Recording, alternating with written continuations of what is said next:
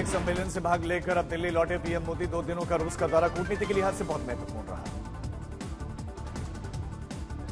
रूस के कजान में भारत और चीन के बीच में द्विपक्षीय बातचीत। पीएम मोदी और राष्ट्रपति शी जिनपिंग के बीच में लगभग 1 घंटे तक मुलाकात।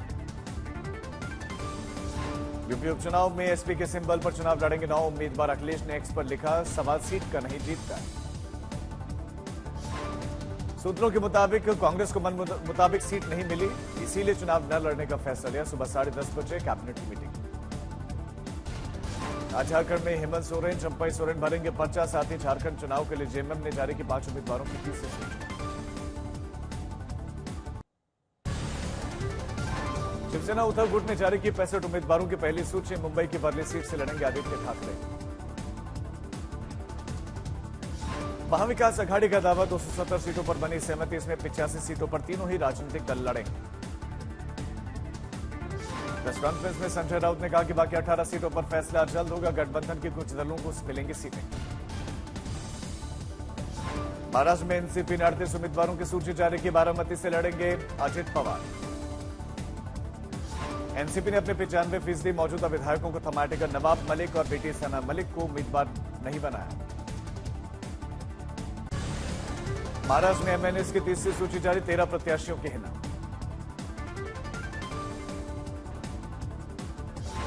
पार्टी ने शादा विधानसभा सीट से आत्माराम प्रधान, बडाला से स्नेहल जाधव को टिकट दिया है। कुल्ला से प्रदीप वाघमारे, ओबला माजीवाड़ा से संदीप माचंगे, जबकि गोंदिया से सुरेश चौधरी को टिकट। आज दिल्ली में होंगे एकनाथ शिंदे। सीटों को लेकर गृहमंत्री अमित शाह से मुलाकात। आज शरद पवार गुट की याचिका पर सुप्रीम कोर्ट में सुनवाई। कौन करेगा खड़ी चुनाव चिन्ह का इस्तेमाल, इस पर आ सकता है फैसला। वायनाड से बीजेपी उम्मीदवार नव्या हरिदास आज दोपहर 12 से 1 बजे के बीच में पर्चा करेंगे दाखिल। प्रियंका गांधी और उनके पति के पास में 78 करोड़ की संपत्ति। वायनाड में पर्चा भरने के बाद एफिडेविट में चल अचल संपत्ति का ब्यौरा दिया। बाबा सिद्दीकी मर्डर केस में बीती शाम 3 और आरोपियों को किया गया गिरफ्तार। अब तक 14 पकड़े गए। सेबी प्रमुख माधवी बुच को केसी वेणुगोपाल की अध्यक्षता वाली पीएसी ने तलब किया। सूत्रों के मुताबिक हिंडनबर्ग रिसर्च के आरोपों से संबंधित सवाल जवाब होंगे। बढ़ते विरोध प्रदर्शन और छात्रों के हंगामों के बाद बांग्लादेश सरकार ने आवामी लीग के स्टूडेंट यूनिट पर बैन लगा दिया। दिल्ली में अमित शाह से मिले महाराष्ट्र के डिप्टी सीएम देवेंद्र फडणवीस। महाराष्ट्र की सीट बंटवारे को लेकर दोनों में चर्चा। बीजेपी मुख्यालय में जेपी अध्यक्ष जेपी नड्डा और केंद्रीय मंत्री पीयूष गोयल, प्रहलाद जोशी, मनोहर लाल खट्टर समेत कुछ मंत्रियों की मुलाकात हुई। झारखंड के गढ़वा में बीजेपी उम्मीदवार सत्येंद्र नाथ तिवारी के नामांकन में शामिल हुए कृषि मंत्री शिवराज सिंह चौहान। यूपी में उपचुनाव से पहले बीजेपी ने समाजवादी पार्टी पर परिवारवाद का आरोप लगाया। ट्वीट किया, सैफई परिवार का मकड़ जाल है फुल, क्योंकि जनता है इनके लिए फूल। यूपी उपचुनाव को लेकर मंत्री ओपी राजभर का बयान कि बीजेपी के टिकट वितरण से संतुष्ट है, मेरी पार्टी नहीं लड़ेगी चुनाव।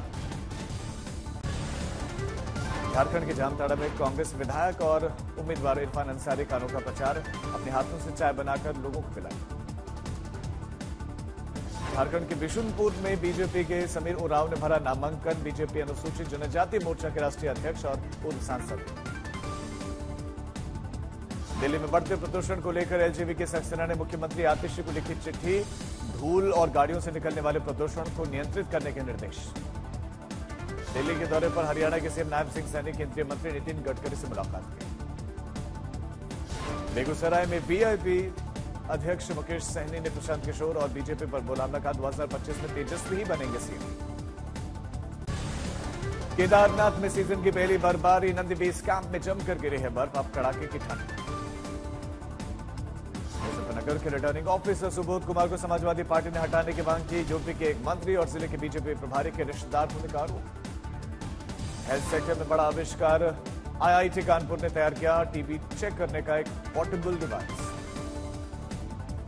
एक क्विंटल की मशीन का काम करेगा। 4 किलो का ही डिवाइस कुछ ही देर में 100 एक्सरे निकाल लेगा। बंगाल की खाड़ी में उठे चक्रवाती तूफान दाना की 24 अक्टूबर की रात और 25 अक्टूबर की सुबह ओडिशा के तट से टकराने की संभावना। बंगाल के काकद्वीप में तूफान दाना से निपटने की तैयारियां, एसडीओ दफ्तर को बनाया गया कंट्रोल रूम। बंगाल में चलने वाली 152 ट्रेनों को किया गया रद्द, तूफान दाना के चलते रेलवे का बड़ा फैसला। दक्षिण बंगाल में एनडीआरएफ की 14 टीमें, कोलकाता में एनडीआरएफ की 2 टीमें तैनात। ओडिशा में चक्रवाती तूफान दाना की वजह से ऑरेंज अलर्ट, ओडिशा में 25 अक्टूबर और बंगाल में 23 से 26 अक्टूबर तक स्कूल बंद। 20 अक्टूबर को जम्मू कश्मीर के गांदरबल में आतंकी हमले में आतंकी की अब तस्वीर सामने आई, 7 लोगों की हत्या की थी। राम रहीम की 21 दिनों के पैरोल खत्म, यूपी के बागपत से वापस रोहतक के सुनरिया जेल पहुंचा। गुजरात में 20 जिलों में 8000 से ज्यादा गांवों के किसानों ने 1419 करोड़ के राहत पैकेज की घोषणा इनके लिए हुई। अगस्त से अब तक भारी बारिश के चलते नुकसान हुआ। जयपुर में सब इंस्पेक्टर भर्ती परीक्षा 2021 को रद्द करने की मांग उठी है। 6 पारियों में पेपर लीक होने की पुष्टि हुई है। छत्तीसगढ़ के बिलासपुर में बीएड शिक्षकों का प्रदर्शन, राज्य सरकार के खिलाफ मोर्चा खोला है। बंगाल पुलिस ने कांग्रेस के पूर्व एमएलए सरकार कौर को ड्रग केस में गिरफ्तार किया है। बंगाल के मुर्शिदाबाद में शमशेरगंज में मछुआरों से भरी हुई नाव नदी में पलट गई, 8 लोगों को बचाया गया, 2 की तलाश है। कोलकाता के इचरा स्ट्रीट में लकड़ी के गोदाम में अचानक भीषण आग लग गई, 10 गाड़ियों ने आग पर काबू पाया। जमुई में बदमाशों ने दिन दहाड़े स्कूल में शिक्षकों पर हमला कर दिया, लाठी डंडों से जानवरों की तरह दौड़ा दौड़ा कर पीटा। जयपुर में एक ही परिवार के 6 बांग्लादेशी नागरिक गिरफ्तार, कई सालों से फर्जी दस्तावेजों के सहारे देश में शरण ले रखे। अहमदाबाद में बुजुर्ग ने बदमाशों की बड़ी ठगी, डिजिटल अरेस्ट के जरिए 1 करोड़ 26 लाख ठग लिए। मऊ में मुख्तार अंसारी के करीबी लगभग 2 करोड़ रुपए की संपत्ति को पुलिस ने कुर्क कर लिया। कांचीपुरम में राज्य परिवहन निगम डिपो के पास में एक कार में अचानक लगी आग, देखते देखते आग गोली में तब्दील हुई। हैदराबाद के साइबराबाद पुलिस ने चोरी और गुम हुए 800 मोबाइल फोन जब्त कर लिए। मेरठ में 35,000 लीटर मिलावटी डीजल पेट्रोल बरामद किया गया। जीपीएस निकालकर असली टैंकर को ले जाते थे गोदाम में, फिर मिलते थे उसमें नकली तेल मिलाते थे। महोबा में बहन से छेड़खानी का विरोध करना भाई को पड़ा महंगा, लोहे के रॉड से प्रहार करके दबंगों ने लहूलुहान कर दिया। अलवर में दिल्ली मुंबई एक्सप्रेसवे के शीतलगढ़ पर एक गाड़ी से मिले 35 लाख रुपए। मेरठ में अवैध हथियार फैक्ट्री का भंडाफोड़, अंतर्राज्यीय हथियार तस्कर गिरफ्तार। सूरत में धोखाधड़ी का मामला आया सामने, हिंदू बनकर मुस्लिम व्यक्ति ने की थी 72 लाख की धोखाधड़ी को गिरफ्तार। हाथरस में पति के सांवला होने पर नवविवाहिता ने फांसी लगाकर जान दे दी, 4 महीने पहले ही शादी हुई। सूरत में महिला से छेड़छाड़ का मामला सामने आया, बीच बचाव करने गए युवक का बदमाशों ने हाथ काट दिया।